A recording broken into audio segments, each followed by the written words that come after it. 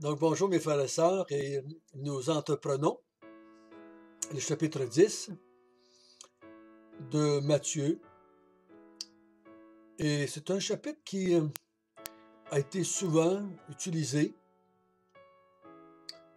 par les enseignants pour donner des instructions sur comment évangéliser. Mais j'aimerais qu'on le regarde avec un angle un peu différent pour voir qu'est-ce que ça voulait dire pour les disciples qui ont entendu Jésus leur parler à eux. Et je ne crois pas que Matthieu, qui veut nous démontrer que Jésus est le Messie, le Christ, l'envoyé promis, je ne crois pas qu'il y avait un but de dire « je vais écrire cela afin que les enseignants en l'an 2000 puissent donner un cours d'évangélisation ». Je ne crois pas que c'est le but. Premier, du moins. Donc, nous allons regarder ensemble qu'est-ce que ça voulait dire pour eux à ce moment-là. Notre Père du ciel, guide-nous à travers l'étude de ce chapitre 10. Nous voulons comprendre ce que ton Fils Jésus voulait accomplir en envoyant les 12.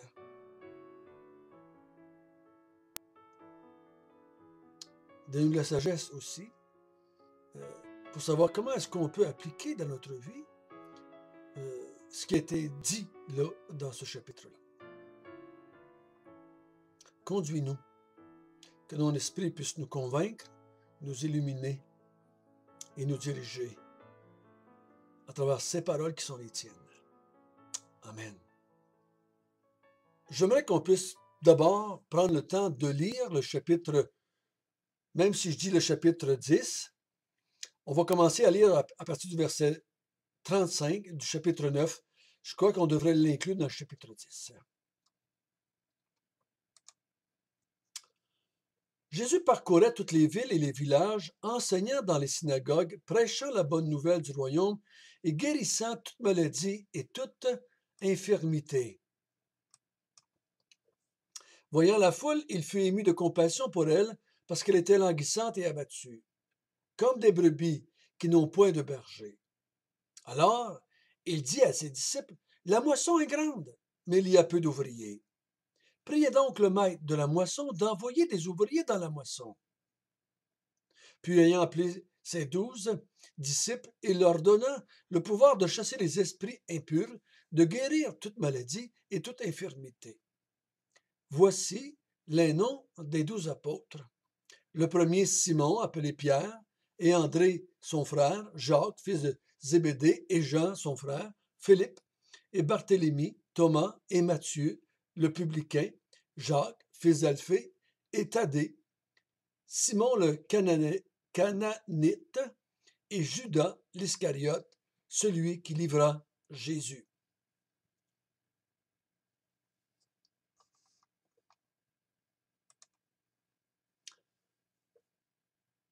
Donc, le verset 35 nous résume un peu le ministère de Jésus depuis quelque temps. Il dit qu'il parcourait toutes les villes et les villages d'Israël et il faisait deux choses. Un, il prêchait la bonne nouvelle du royaume. Deux, il guérissait toute maladie et toute infirmité. C'était en grande partie son ministère pendant les 2 ans et demi, 3 ans sur lequel il a travaillé avec ses disciples. Donc, il prêchait la bonne nouvelle du royaume. Donc, la bonne nouvelle, c'est que le royaume était proche.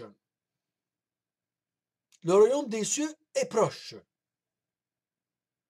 Le roi est là. Ça, c'était sa prédication. Le royaume de Dieu. Et je le répète, le royaume de Dieu ou le royaume des cieux, surtout employé, cette expression-là est beaucoup plus employée dans Matthieu, le royaume des cieux. Je le répète, c'est le roi vient de la part des cieux, de la part de Dieu, pour régner sur Israël et aussi sur tout le monde, parce que ça va s'étendre à toutes les nations. Mais Dieu veut régner sur le monde. Et ça, c'est une bonne nouvelle.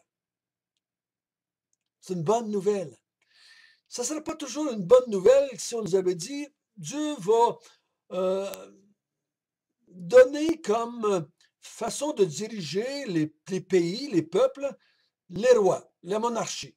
Donc, enlever la démocratie, enlever la tyrannie, enlever euh, toutes ces formes de leadership et la monarchie, c'est la meilleure façon. Ça ne sera pas toujours une bonne nouvelle.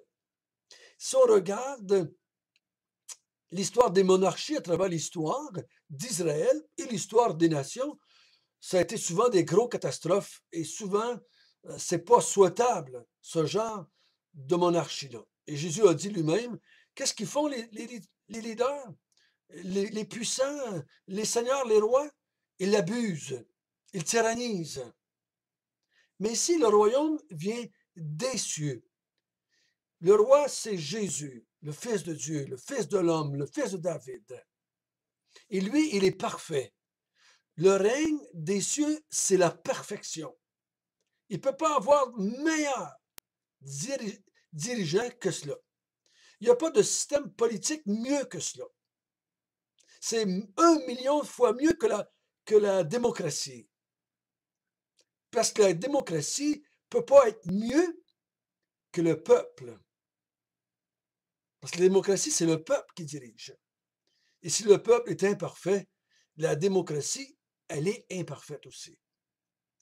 Et l'autre chose qu'il faisait, c'était la guérison des malades et des infirmes. Et il dit bien qu'il guérissait toute maladie et toute infirmité. Il n'y en avait pas de trop dur, de trop grave. Tous ceux qui venaient vers lui, tous ceux qu'il côtoyait, il les guérissait. Mais Jésus, au verset 36, va plus loin, voit plus loin. Il voit le problème fondamental à tout cela. Il est ému de compassion devant une foule qui est languissante et abattue, comme des brebis qui n'ont point de berger. Des brebis qui n'ont point de berger sont vouées à l'extinction, sont vouées à la difficulté, sont vouées à la destruction, sont vouées à se faire voler, sont vouées à se faire attaquer par toutes sortes de prédateurs. Les brebis, dans toutes les cultures, ont besoin de bergers. Oh, des fois, on va les enfermer dans des grosses clôtures où est-ce qu'on empêche les prédateurs de rentrer. Mais c'est tout de même un berger qui prend soin d'eux autres, dans le sens qu'il va les emmener d'un pâturage à l'autre et il va fermer la porte, il va bâtir des clôtures, il va les protéger. Mais c'est tout de même des bergers. Ouvrez la porte et laissez-la sortir et ils sont voués à la destruction. Donc Jésus voit ces foules qu'il rencontre de ville en village, il les voit languissantes et il les voit abattues. Je crois personnellement que s'il se promènerait au Québec aujourd'hui, s'il se promènerait à Victo, à Drummond, à Asbestos, à Montréal, à Laval, à Saint-Eustache, partout au Québec, je crois que Jésus verrait la même chose. Ça ne serait pas différent. Il voit les foules et il est ému, il est touché dans son être intérieur devant la misère d'autrui. Si vous me demandez ce matin, François, comment ça va? Et je vous dis, ah, je suis languissant, je suis abattu. Vous allez dire, wow, ça va pas bien ton affaire. Jésus voit que ces foules-là ont besoin d'un berger. Et le berger, c'est le roi. C'est le roi, c'est le royaume. Ils sont abattus, ils sont languissantes, ces brebis-là. Pourquoi? Parce qu'ils n'ont pas de berger ou ils sont traduits dans le système en fonction de ce que Jésus est en train de parler. Ben, ils ont besoin d'un roi qui va les diriger parce que le roi devait faire le rôle de berger. Si vous regardez l'Ancien Testament, Dieu va dire que les rois ne jouent pas leur rôle de berger comme ils devraient le jouer. Donc Jésus voit le travail qui est immense. Donc il appelle ses disciples et dit la moisson est grande, il y a peu d'ouvriers. Je vais me le dire tout de suite ici. Ce texte était employé souvent pour parler des pasteurs ou des missionnaires. Moi, je vous dis, oubliez ça pour le moment. Oubliez ça. Tout ce que Jésus il voit ici, il voit les foules. Ils sont languissantes et abattues. Ils n'ont pas de berger. Il ne parle pas des bergers ici, des pasteurs officiels dans l'Église rémunérés. Mais le mot ouvrier ici, c'est le mot travailleur. Il y a une moisson et la moisson, c'est il y a besoin d'ouvriers pour la faire. Donc, si on prend ça dans son contexte de Matthieu, donc Jésus veut annoncer, il veut, la moisson, c'est d'établir le royaume et d'appeler ceux qui sont invités à faire partie du royaume, à rentrer dans le royaume. Et il dit, il n'y a pas assez d'ouvriers pour le faire. Il voit la tâche trop grande pour lui.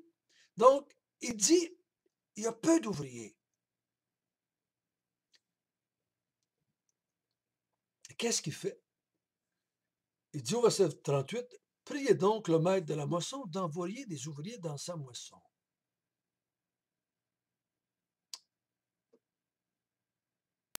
Je me suis posé la question, qu'est-ce qu'ils ont compris à ça? Qu'est-ce qu'ils ont vu là-dessus?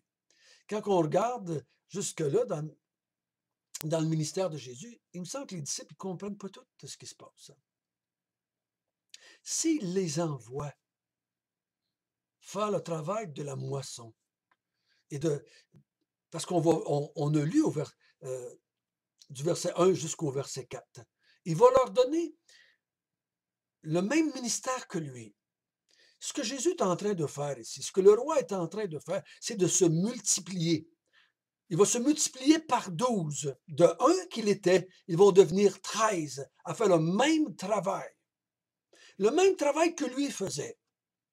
Il prêchait la bonne nouvelle, il guérissait toute maladie et toute infirmité. Et c'est ce qu'il fait avec les 12. Il leur donne le pouvoir, son pouvoir qu'il avait. Le pouvoir de chasser les démons, de guérir toute maladie et toute infirmité. Il en a pris 12 à qui il a donné ce pouvoir-là. Et vous garantis bien triste ceux qui pensent qu'ils l'ont reçu. Donc c'est pour ça que je dis que les ouvriers dont il parle ici, ça ne peut pas être les pasteurs qu'on dit aujourd'hui. Je ne dis pas que les pasteurs ne sont pas des ouvriers dans la moisson, Paul va en parler, mais ils n'ont pas reçu la même mission, le même travail qu'eux autres. Les ouvriers de l'Église aujourd'hui sont là pour s'occuper des brebis qui sont dans l'Église. Et ici, c'est une autre mission, c'est de participer avec Jésus-Christ à l'annonce de l'arrivée du royaume des cieux. Et pour ce faire, il donne un pouvoir à ses disciples qu'il ne donnera pas à d'autres. Il ne donnera pas à d'autres. Il leur donne le pouvoir de chasser les démons, de guérir toute maladie et toute infirmité. Et il va leur dire au verset 7, qu'on va voir demain, et prêcher, le royaume des cieux est proche. Même ministère que Jésus. Prêcher la bonne nouvelle du royaume. Et chasser les maladies, les démons, et guérir toute maladie et toute infirmité. Jésus se multiplie parce qu'il voit que la moisson est, est grande et qu'il a besoin d'aide pour le faire. Il voit que son temps est limité. Il y a juste quelques mois ou quelques années au plus pour le faire. Il a besoin d'aide pour accomplir le ministère qu'il a lui-même pendant qu'il est sur la terre. Donc, moi, j'encourage ici à voir ce texte-là de Matthieu 10, que Jésus se multiplie pour accomplir le ministère que lui avait sur la terre pendant qu'il était là. Je crois que si on veut trouver ou définir le ministère des pasteurs ou des chrétiens, allons voir dans les épîtres qu'est-ce qui est annoncé. Faisons attention de ne pas transposer ici, parce qu'on va voir en s'en allant qu'il y a bien des choses que Jésus dit à ses disciples de faire ici, qu'on ne peut pas appliquer à nous. On ne peut pas appliquer à nous. Ben, moi, je ne peux pas m'appliquer de chasser les démons et de guérir toute maladie, toute infirmité. Je ne peux pas me l'appliquer. J'aimerais bien des fois, là, mais je ne peux pas le faire. Donc, déjà là, la première instruction qu'il donne, c'est non, je ne peux pas l'appliquer à ma vie. Je ne peux pas l'appliquer à ma vie. Mais Jésus veut convaincre le peuple d'Israël et aussi toutes les nations par la suite. Il veut convaincre que le royaume des cieux est proche, que la nouvelle alliance est en train de s'accomplir, que les promesses faites à David, les promesses faites par les prophètes face à la nouvelle alliance, comme Jérémie, comme Isaïe, comme Ézéchiel, comme Daniel, ces prophètes-là, c'est en train de s'accomplir. Pierre va le dire dans Acte 2. Voici, s'accomplit ce que le prophète Joël avait annoncé. Donc Jésus veut de l'aide, il se multiplie, il va se multiplier une autre fois par 70, ce coup-là. Il veut, avec les 70, il va avoir la même mission qu'ici. Prêcher l'arrivée du royaume des cieux et guérir les malades et guérir les infirmes et chasser les démons, qui est une manifestation de l'arrivée du royaume des cieux.